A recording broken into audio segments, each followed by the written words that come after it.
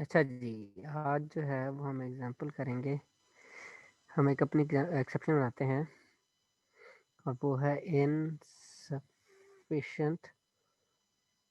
Balance error. तो इसके लिए मैंने क्लास ले ली इनसफिशिएंट ये वाली,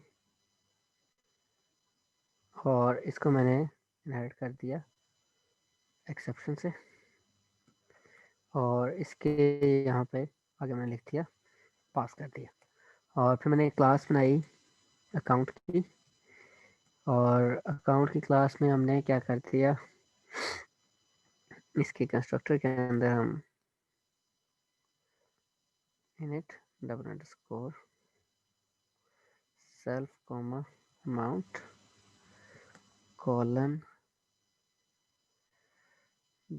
self dot double underscore balance equal to amount. मैंने डायरेक्ट जो बैलेंस है उसको रखवा लिया, और या हम अगर इसका सेटर फंक्शन भी बनाना चाहें तो हम वो भी बना सकते हैं। सेटर फंक्शन बना लेते हैं, लेकिन वो हम प्राइवेट बनाएंगे। डबल अंडरस्कोर सेट बैलेंस आ गया, और यहाँ पे सेल्फ कॉमा बैलेंस आ गया, और F balance is greater than 0।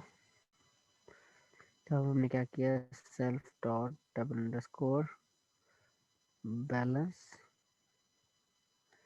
Balance कर दिया, और एल्स में आके हमने क्या कर दिया, self dot double underscore balance is equal to 0 कर दिया। तो ये हमने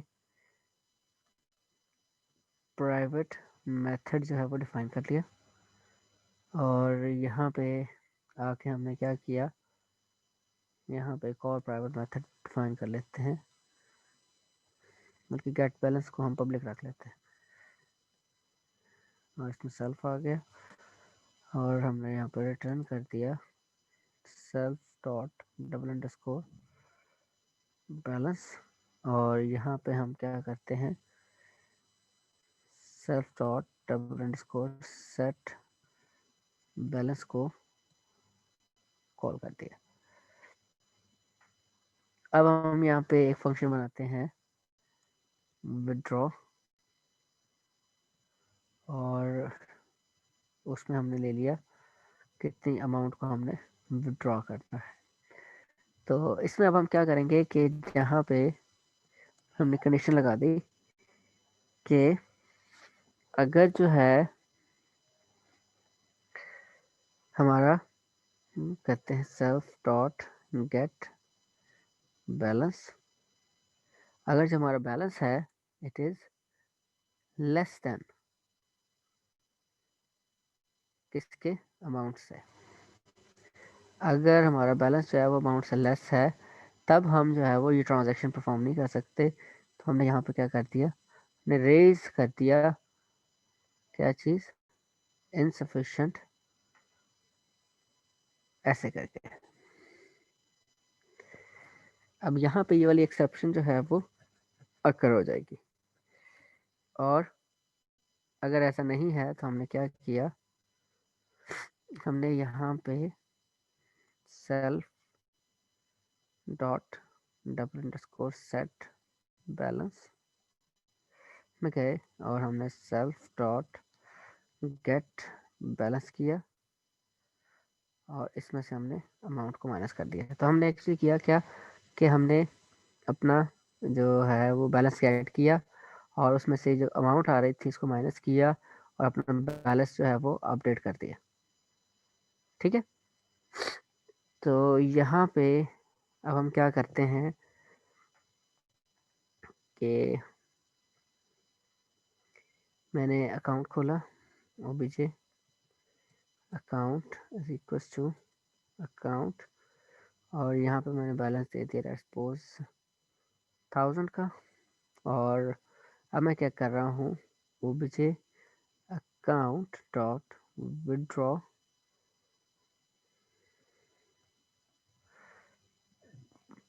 और विड्रॉ में हमने क्या कर दिया, मैंने लिख दिया लेट्स सपोज 2000।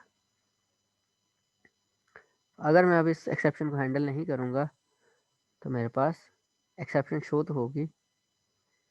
यहाँ पे हम इसको पेस्ट करते हैं और इसको मैंने चलाया तो ये देखिए हमारे पास मेन के अंदर इनसफिशिएंट बैलेंस एरर जो है वो आ गया है। तो हम इसको जो है वो हैंडल भी कर सकते हैं। तो हैंडल करने के लिए हम क्या करते हैं, एक्सेप्शन को ट्राई और जो रिस्की स्टेटमेंट है उसको ट्राई के अंदर रख देते हैं। यहाँ पे आ गया एक्सेप्ट और यहाँ पे मैंने बता दिया इनसफिशिएंट बैलेंस एरर।